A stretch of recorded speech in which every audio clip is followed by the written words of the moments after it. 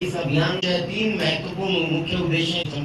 थोड़ा सा इसका परिचय दे देता हूँ। अपने परिचय तो छोटा सा मैंने दे दिया।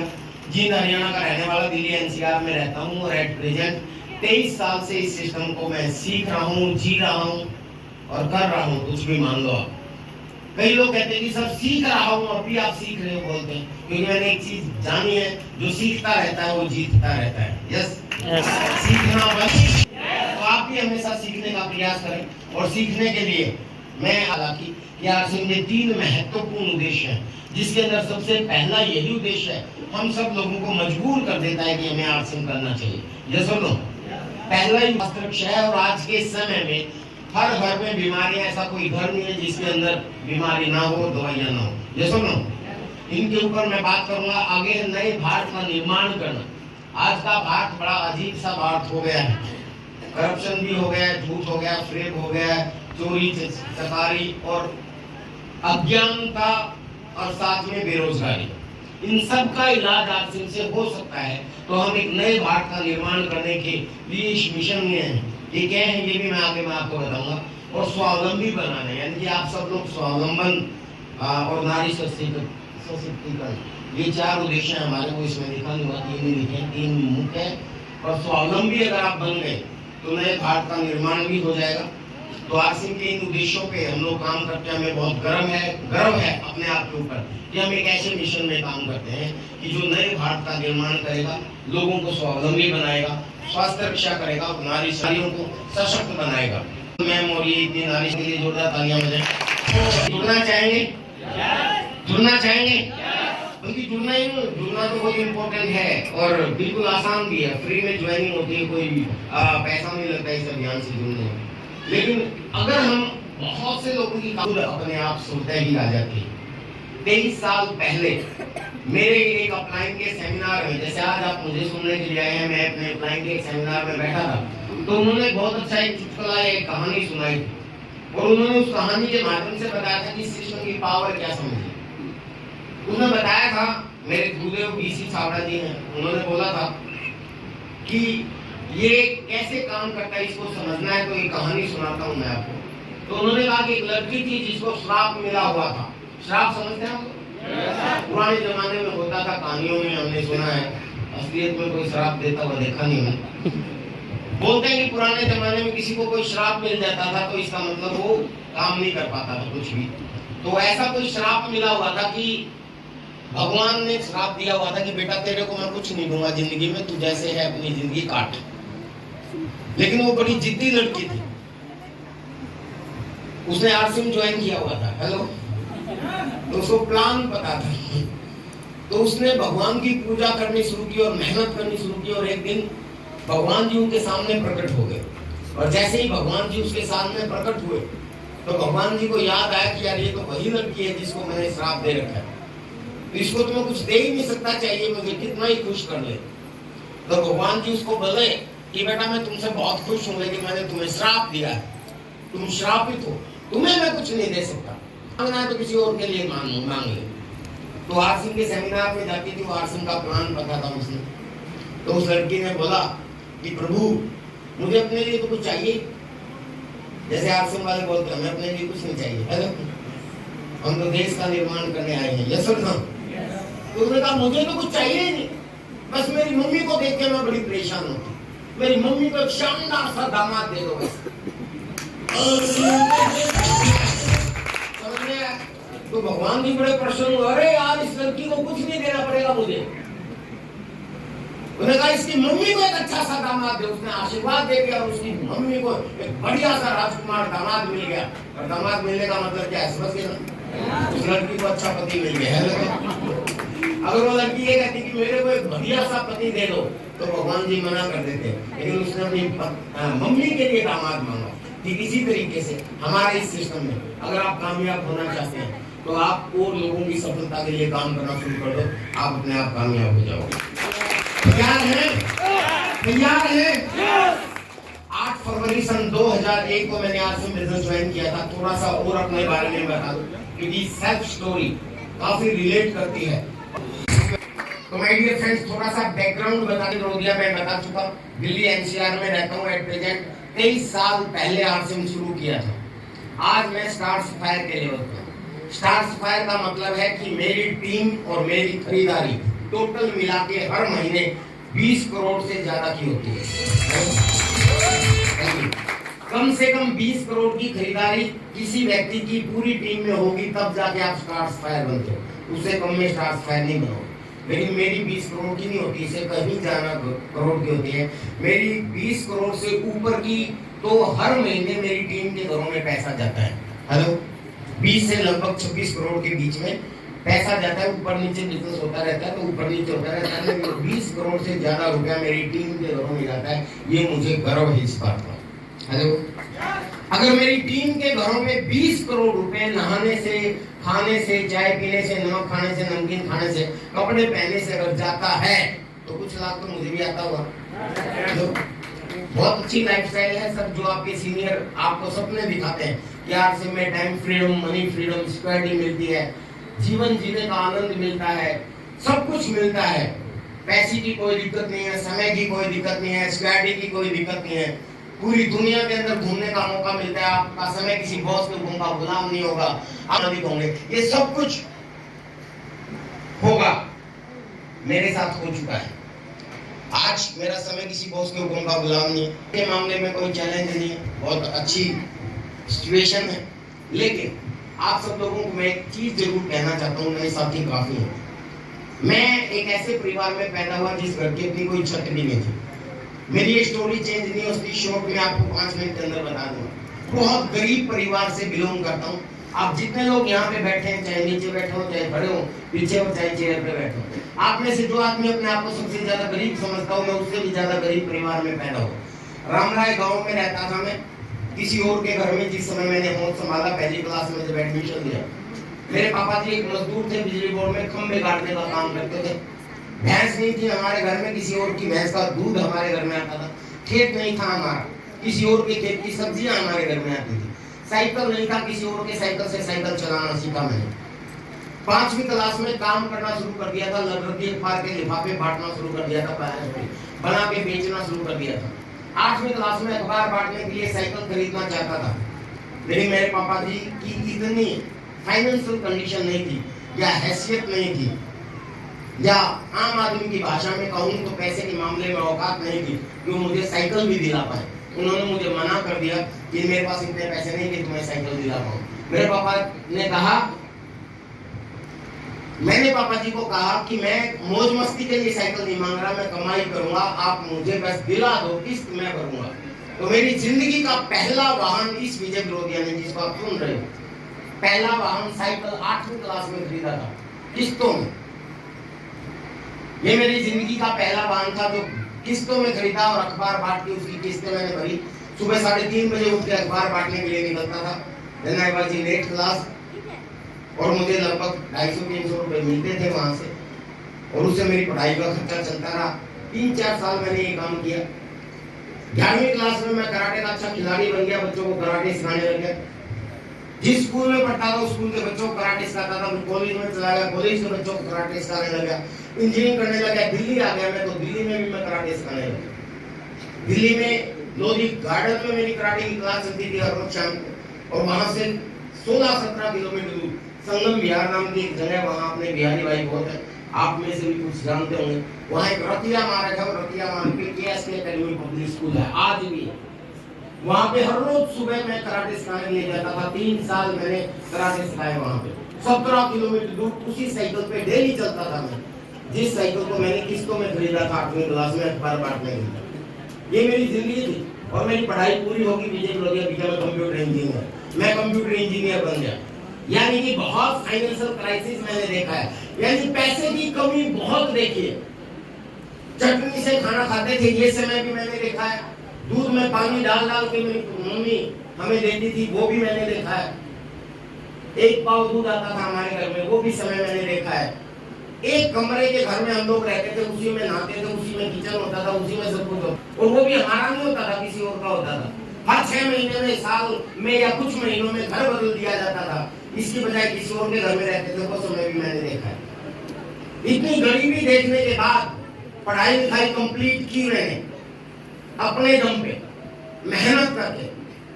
और उस समय जब इंजीनियरिंग कंप्लीट हुई तो इच्छा थी कि अब मैं अपने माँ बाप के सपने पूरे करूंगा और माँ बाप को कुछ खुशियां दूंगा, घर बनाऊंगा, अच्छी नौकरी ले लूंगा। हर व्यक्ति का सपना होता है। मैं भी बहुत मेहनती था, लेकिन आप सब लोग जानते हैं कि आज के समय में इतना आसान नहीं है क्या? अगर इतना आसान होता तो कोटा, दिल्ली ऐसे स्टूडेंट्स बेचारे इतने अच्छे अच्छे पढ़े लिखे आत्महत्या ना करते। सॉरी टू से, ऐसा भगवान ना करे किसी का हो, लेकिन बड़े बढ़िया बढ़िया कुछ नहीं कर पाते, उनको नौकरी नहीं मिल पाती। बड़े बड़े MBA PhD डिग्री किए हुए बच्चों को बेचारों को गोलों पे बेचने पड़ते हैं, समोसे तलने पड़ते हैं, पकौड़े बेचने पड़ते हैं। आप सब लोग जानते हैं। ये सुनो, बेरोजगारी बहुत ज्यादा हो गई। आज के समय में, आने वाले समय में क्या होगा आप खुद अंदाजा लगा लो। सब लोग जानते हैं कि आने वाले समय में नौकरियां कम होंगी कि ज्यादा होंगी? कम होगी। चाहे कितने नारे लगा दे राजनेता, सब झूठे हैं। कोई भी बोलते बहुत हो गई बेरोजगारी की मार, आपकी बार बीजेपी लोहिया की सरकार और आप मेरे को बना दो प्रधानमंत्री, बताइए मैं दूर कर दूंगा बेरोजगारी? नो, क्वाइट इम्पॉसिबल, हो नहीं सकता। बेरोजगारी, कंप्यूटर युग आया था, उसके बाद बहुत सी रोजगार खत्म हो गए। पहले टिकट की खिड़की पे जाके, मुझे पता है कि लाइन में लग के हम टिकट कटवाते थे ट्रेन की, तो एक आदमी की का रोजगार होता था, वो सीट पे बैठता था। आजकल मोबाइल पे टिकट बुक होती है, सुनो, सबको पता है ये चीज। उसके बाद रोबोट युग आ गया, अभी रोबोट आ गए हैं। सफल परीक्षण हो चुका है हिंदुस्तान में, टीचर्स का भी, वेटर्स का भी, ड्राइवर का भी। वेटर्स की नौकरी खत्म, ड्राइवर की नौकरी खत्म, टीचर्स की भी नौकरियां खत्म हो जाएंगी। और उससे भी आने वाला एक खतरा है आर्टिफिशियल इंटेलिजेंस, AI।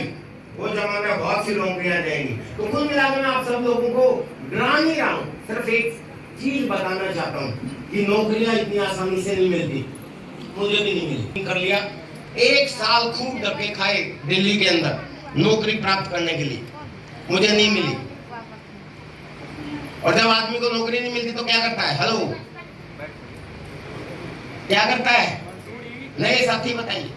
जब नौकरी नहीं मिलती तो कोई ना कोई रोजगार तो करने की कोशिश करेगा ना, चाहे वो अपना ही काम धंधा शुरू करे। पहली कोशिश हर व्यक्ति की होती है कि नौकरी प्राप्त करे पढ़ लिख के, लेकिन जब नहीं मिलती तो फिर अपना ही काम शुरू करता है। हो गया तो कोई इंडस्ट्री लगाएगा, पेट्रोल पंप लगाएगा, या ऐसा कोई हॉल बनाएगा, ऐसा कोई बैंकेट हॉल बनाएगा, या क्या बोलते हैं इसको, मंगलम कार्यालय क्या बोलेंगे, विवाह भवन बनाएगा, या पेट्रोल पंप खोलेगा, या कोई इंस्टीट्यूट खोलेगा। लेकिन इन सब में पैसा लगता है। अगर आपके पास पैसा नहीं है तो रेहड़ी लगाएगा, रिक्शा चलाएगा, कुछ ना कुछ तो करेगा। ये सुनो, मेरे पास पैसा नहीं था, रेहड़ी लगाना नहीं चाहता था, रिक्शा चलाना नहीं चाहता था, तो मैंने क्या किया, वापस आके कंप्यूटर का नॉलेज था और कराटे का नॉलेज था। ये मेरे 8 साल से पहले की जिंदगी में इसलिए बता रहा हूँ क्योंकि ऐसी जिंदगी कहीं ना कहीं आप लोगों की भी है, आपने भी मेहनत की है, या हमारे बच्चे हैं वो मेहनत कर रहे हैं। तो वो सिर्फ रिलेट करवाना चाहता हूँ, और कोई उद्देश्य नहीं है। मैंने बहुत मेहनत की, नौकरी नहीं मिली। उसके बाद मैंने अपना काम करने की कोशिश की, पढ़ लिख गया था, सोच रहा था अपना ही कोई काम करूं, तो 2 ही हुनर थे मेरे पास, एक कराटे का और एक कंप्यूटर का। कराटे का सेंटर खोल दिया मैंने। जींद के अंदर एक सरकारी ग्राउंड था, उसमें मैंने बच्चों को कराटे सिखाना शुरू कर दिया। पूरे जींद की दीवारों पर मैंने खुद कली के साथ, क्या बोलते हैं उसको, सफेदी बोलते हैं, वॉल राइटिंग की, सीखिए कराटे, और इतने बजे वहां पे मैं मिलूंगा, एडमिशन लीजिए। बहुत से बच्चों का एडमिशन हुआ और मैंने कराटे सिखाने शुरू कर दिया। कंप्यूटर सेंटर का नॉलेज था मुझे, तो कंप्यूटर सेंटर खोलना चाहिए। लाख रुपए जो उनकी पूरी जिंदगी भर की कमाई थी, मेरी मम्मी ने बाद में एक भैंस पाल के दूध बेच बेच के कुछ पैसा जमा करवाया था, कुछ मेरे पापा जी ने जमा किया हुआ था। टोटल पूंजी उनकी पूरी जिंदगी की 2 लाख थी, वो ले ली मैंने, और 2 लाख रुपए मैंने कर्ज भी ले लिया और एक पार्टनर भी ढूंढा। तब जाके मैंने एक रोजगार शुरू किया, एक कराटे का कंप्यूटर का सेंटर खोल दिया। तो मैं बहुत बिजी था उस समय, सुबह 5 बजे से रात के 8 बजे तक हाईली बिजी। 5 से 7 बजे तक मैं लगभग 2 घंटे कराटे सिखाता था, रात के 8 बजे तक, सुबह 8 बजे से मैं कराटे कंप्यूटर सिखाता था। मेरी जिंदगी ऐसे ही चल रही थी जैसे लगभग आप में से मैक्सिमम लोगों की चल रही थी। लेकिन 8 फरवरी सन 2001 मेरी जिंदगी में ये आया। आरसीएम। कहा जाता है कि खुद आगे किसी को नहीं देता, वो किसी न किसी को माध्यम बनाता है। ये सुनो, जानते हैं आप सब लोग? खुद आगे किसी को नहीं देता, वो किसी न किसी को माध्यम बनाता है। आरसीएम मेरी जिंदगी में डायरेक्ट नहीं आया, ना ही डीसी से लेके आया। एक मसीहा आया, ऊपर वाले ने भेजा मेरे को, जिसको हम अपलाइन बोलते हैं, जो आपको पहली बार आरसीएम के बारे में बताता है। वो अपने आप नहीं आता, उसको ऊपर वाला आपके लिए भेजता है। एक बार अपने सारे प्लान उन्होंने मुझे इस सिस्टम के बारे में कि एक ऐसा सिस्टम है जिसमें बिना पैसे, ध्यान से सुना जो मुझे बताया वो बता रहा हूँ। उन्होंने कहा कि आरसीएम एक ऐसा सिस्टम है जिसमें बिना पैसे लगाए पार्ट टाइम काम करके फुल टाइम से भी ज्यादा पैसा आप कमा सकते हो और अपने सपने पूरे कर सकते हो। मैं बड़ा हैरान हुआ कि बिना पैसे लगाए और बिना अपने काम को छोड़े मैं कैसे काम इतना बड़ा पैसा कमा सकता हूँ। पर एम्बिशियस था, पढ़ा लिखा था, एक चीज जानता था कि इस दुनिया में असंभव कुछ नहीं है। जानते हैं आप सब? इस दुनिया में nothing is impossible in this world for human being. हम इंसानों के लिए इस दुनिया में कुछ भी असंभव नहीं है।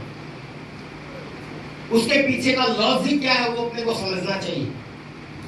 अब मैं जिस हिसाब से बोल रहा हूँ, अगर इस माइक को हटा दूंगा तो शायद यहाँ आवाज आएगी, पीछे तक आवाज नहीं जाएगी। लेकिन ये छोटा सा माइक आप सब लोगों तक आवाज पहुंचाता है, बीच में कोई भी तार नहीं है। आज आप सब लोगों को पता है कि कोडलेस सिस्टम कैसे काम करता है, इसलिए आपको कोई हैरानी नहीं होती। हेलो, ये सुनो। लेकिन असंभव लगेगा अगर किसी ऐसे व्यक्ति को आप ले आओ जो आज से 50 साल मतलब 200 साल पुराना हो और उसको आप ऐसी कोई चीज दिखा दो तो पागल हो जाएगा। ये सुनो, मुझे याद है कि बचपन में हमारे घर में टीवी नहीं था, तो हम सरपंच साहब के घर में टीवी देखने के लिए जाते थे। हर संडे वाले दिन वहां फिल्म आती थी शाम को। आपको भी याद होगा जो बुजुर्ग या मेरी उम्र के लोग हैं। जब मैं छोटा था उस समय कब की घटना होगी, 1980 के आसपास में ना। उस समय में संडे को, रविवार को शाम को फिल्म आती थी टीवी के ऊपर, दूरदर्शन के ऊपर। शुक्रवार को चित्रहार आता था, शाम को 7:30 बजे न्यूज आती थी, खबर आती थी।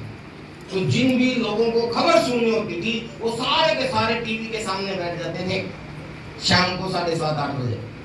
और जिनको फिल्म देखनी होती थी एंटरटेनमेंट के लिए, तो वो सारे बच्चे पड़ोसियों के भी और जिसके घर में टीवी होता था उसके सामने बैठ जाते थे हर रोज संडे को।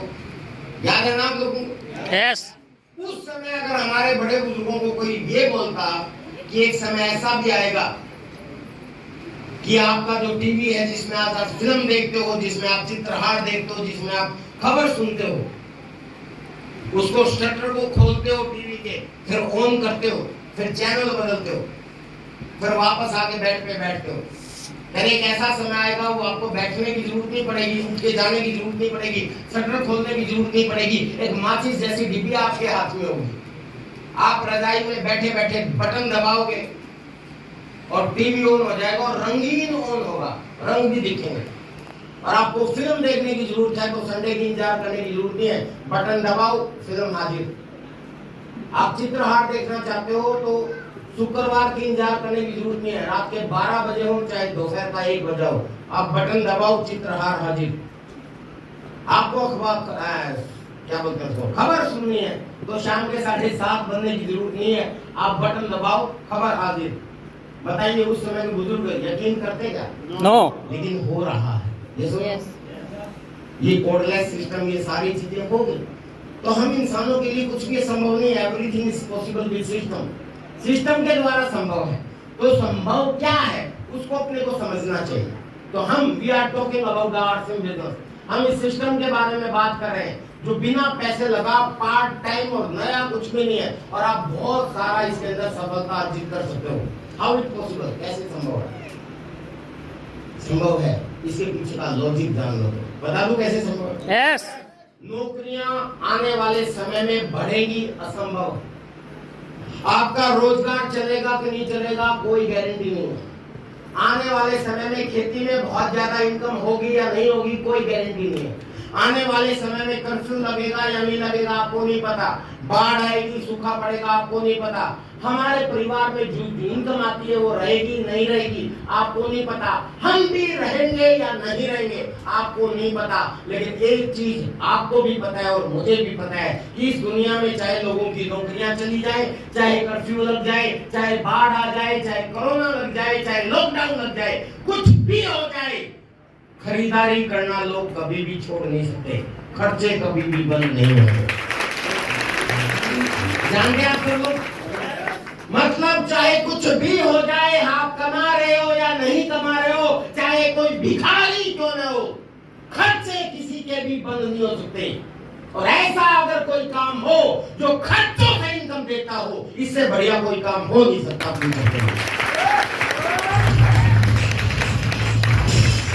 यानी कि हम उस चीज की बात कर रहे हैं आपको, जिसको सोचने के लिए, जिसको समझने के लिए आपको मजबूर होना पड़ेगा और आपको अपने समाज को, अपने लोगों को मजबूर करना पड़ेगा, क्योंकि किसी के भी खर्चे कभी भी बंद नहीं हो सकते और खर्चों से अगर इनकम आ जाए, इससे बढ़िया कोई काम हो नहीं सकता। क्या है आरसीएम है राइट कंसेप्ट मार्केटिंग, खरीदारी करने का सही तरीका। पहली बार मुझे प्लान दिखाया, कुछ नहीं समझ में आया। आज तो मैं कॉन्फिडेंस से आप सब लोगों को बता रहा हूँ, क्योंकि 23 साल का अनुभव है। लेकिन पहली बार जब मुझे बताया गया तो क्या बताया गया था बताऊं आपको? आपको देना एक बार बताया गया कि हम सब लोग खरीदार हैं, कस्टमर हैं। अब हम सब लोग कस्टमर हैं, खरीदार हैं और जरूरत का सामान रिटेलर से लेके आते हैं। यस और नो? सबको पता है और ये प्लान आपके सीनियर्स ने भी आपको बताई होगी, लेकिन इसको समझना जरूरी है आपके लिए। कस्टमर अपनी जरूरत का सामान रिटेलर से लेके आता है, रिटेलर किसी सेमी होलसेलर से या होलसेलर से या स्टॉकिस्ट से या सीएडएफ एजेंट से लेके आता है। ये सब लोग बिचौलिया हैं। ये लेके आता है एक मैन्युफैक्चरिंग कंपनी से, मुझे ऐसा बताया गया, तो कहीं गलत बताया है? ऐसे ही आता सामान आपके घर में। आपके घर में चाहे आप ये मार्कर इस्तेमाल करते हो, चाहे हल्दी इस्तेमाल करते हो, चाहे धनिया इस्तेमाल करते हो, चाहे शर्ट इस्तेमाल करते हो, चाहे जूता इस्तेमाल करते हो, वो दुकान से जाके लेके आते हैं। दुकान थोक विक्रेता से, सेमी होलसेलर से, स्टॉकिस्ट से, ये सीएडएफ एजेंट से और ये मैन्युफैक्चरर से। ये सिस्टम है। कोई भी चीज यहाँ से 10 रुपए की चलती है तो हमें 20 रुपए की मिलती है। यस और नो? ये मुझे बताया गया, मुझे भी पता है, मैंने भी यस बोला जैसे आप बोल रहे हैं। उन्होंने कहा कि ये है WCM, रॉन्ग कंसेप्ट मार्केटिंग, खरीदारी करने का गलत तरीका। मैं बड़ा हैरान हुआ कि ये गलत कैसे है, तो सही क्या है? उन्होंने कहा कि ये गलत इसलिए है क्योंकि ये चंद मुट्ठी पर बिचौलिए लोग आपके पैसे पे ऐश करते हैं और यहाँ से कोई चीज यहाँ पे चल के आती है तो 50% पैसा इन बिचौलियों में जाता है और वो हमारा पैसा है। आपने सुना होगा कि एक आम आदमी गरीब बनता जा रहा है और अमीर आदमी अमीर बनते जा रहे हैं। सुना आपने? यस। क्यों है? यही कारण, आम आदमी की संख्या बहुत ज्यादा है और हम सारे आम व्यक्ति खरीदार हैं और खरीदारी करने की वजह से जो बिचौलिए लोग हैं, ये कम लोग, ये लोग पैसा कमाते हैं और ये हमारा पैसा है। इसी पैसे से लोग बड़े बड़े घरों में रहते हैं, इन्हीं के बच्चे विदेशों में पढ़ते हैं, इन्हीं की बीबियां गहनों से लदी होते हैं, इन्हीं के सारे सपने पूरे होते हैं। पैसा इनका नहीं है, पैसा हमारा है, ये मुझे बताया गया। उन्होंने कहा कि ये वापस आपका आ सकता है, आपके पास बच सकता है। तो मैंने कहा कैसे? तो उन्होंने बताया कि इसको काटा मारो, बिचौलियों को हटा दो और डायरेक्ट सामान लेना शुरू कर दो। डायरेक्ट सामान लेना शुरू करोगे तो ये जो कंपनी है ये आपको पैसा आपका वापस दे देगी और यही पैसा आज जो इनको अमीर बना सकता है आपको भी बना सकता है।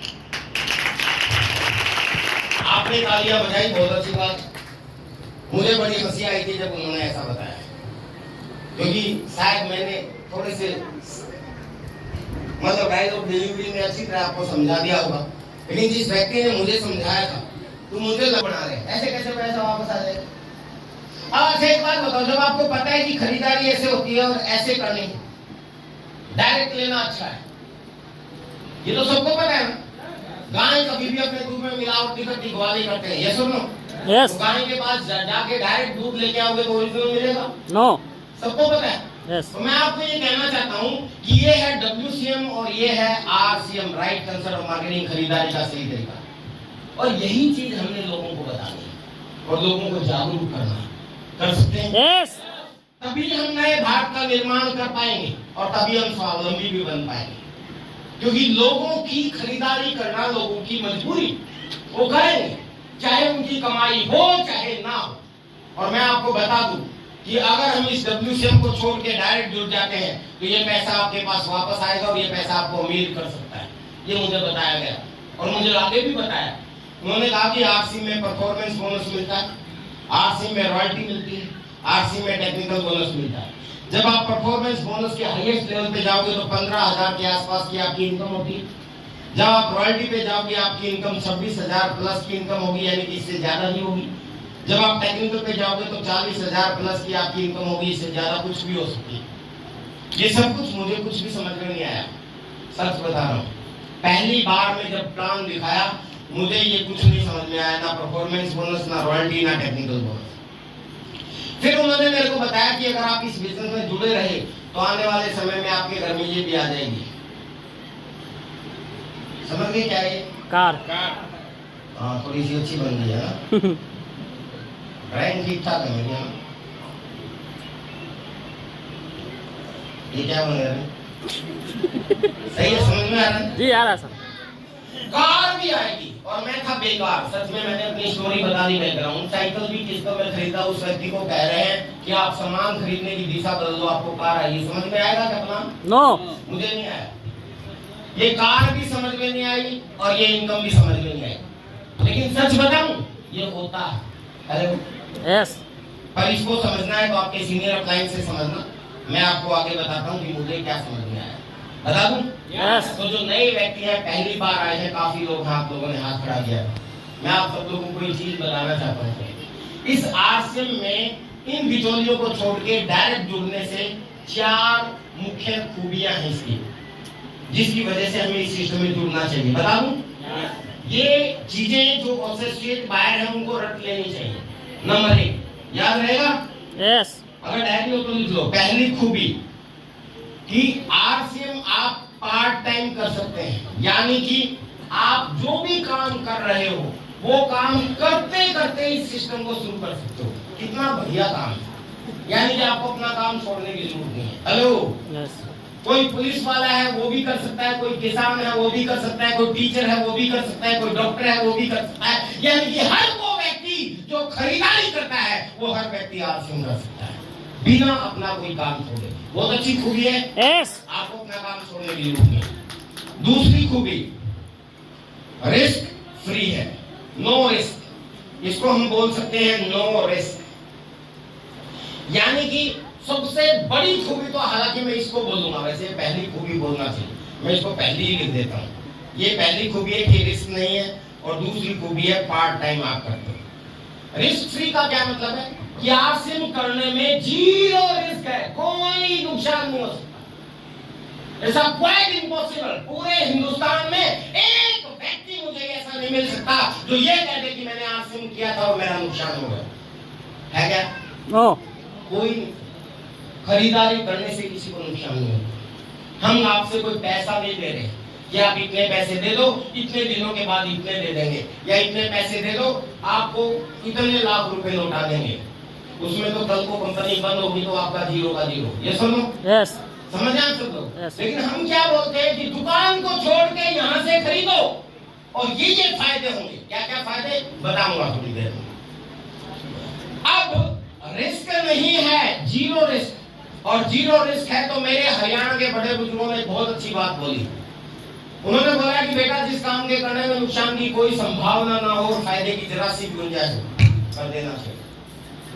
Hello, yes. तो नए साथी जितने भी हैं, मैं आप सब लोगों को ये कहना चाहता हूँ कि सिस्टम का सबसे बड़ा फायदा ये है कि यहाँ आपका नुकसान कुछ नहीं हो सकता है तो फायदा हो सकता है। और मुझे प्लान में सिर्फ यही चीज समझ में आई और मैंने RCM ज्वाइन कर लिया था। जिस काम के करने में नुकसान की कोई संभावना ना हो और फायदे की जरा सी गुंजाइश हो तो कर देना चाहिए। लोगों को बिल्कुल छाती ठोक के आप बता सकते हो कि ये RCM ऐसा सिस्टम है जिसमें कोई नुकसान नहीं हो सकता। होगा तो सिर्फ फायदा ही फायदा होगा, और कितना होगा जो आप सोच भी नहीं सकते। जितना लेना चाहो उतना फायदा लो। कैसे होगा मैं आगे बताऊंगा। तीसरा फायदा, पहला था रिस्क फ्री, दूसरा है पार्ट टाइम, तीसरा फायदा है 2 से लेके 5 साल अगर आपने इस सिस्टम को पार्ट टाइम, अभी रणधीर नारायण ठाकुर जी ने एक मैसेज दिया था टेक्निकल अचीवर्स से। मैंने बोला ना मैं 23 साल से अब तक सीख रहा हूँ और मैं हर व्यक्ति से सीखता हूँ। यहाँ जितने भी लीडर जाए थे वो जो भी बोलते हैं वो भी मैं ध्यान से सुनता हूँ क्योंकि उनका अनुभव है फील्ड का। रणधीर नारायण ठाकुर ने बोला था कि आप सिम करो और अगर कामयाब होना चाहते तो सिस्टम पे फॉलो करो, बोला था ना। यस तो सिस्टम क्या है? तो 2 से लेके 5 साल अगर उस सिस्टम से आपने कर लिया, सिस्टम क्या है मैं बताऊं।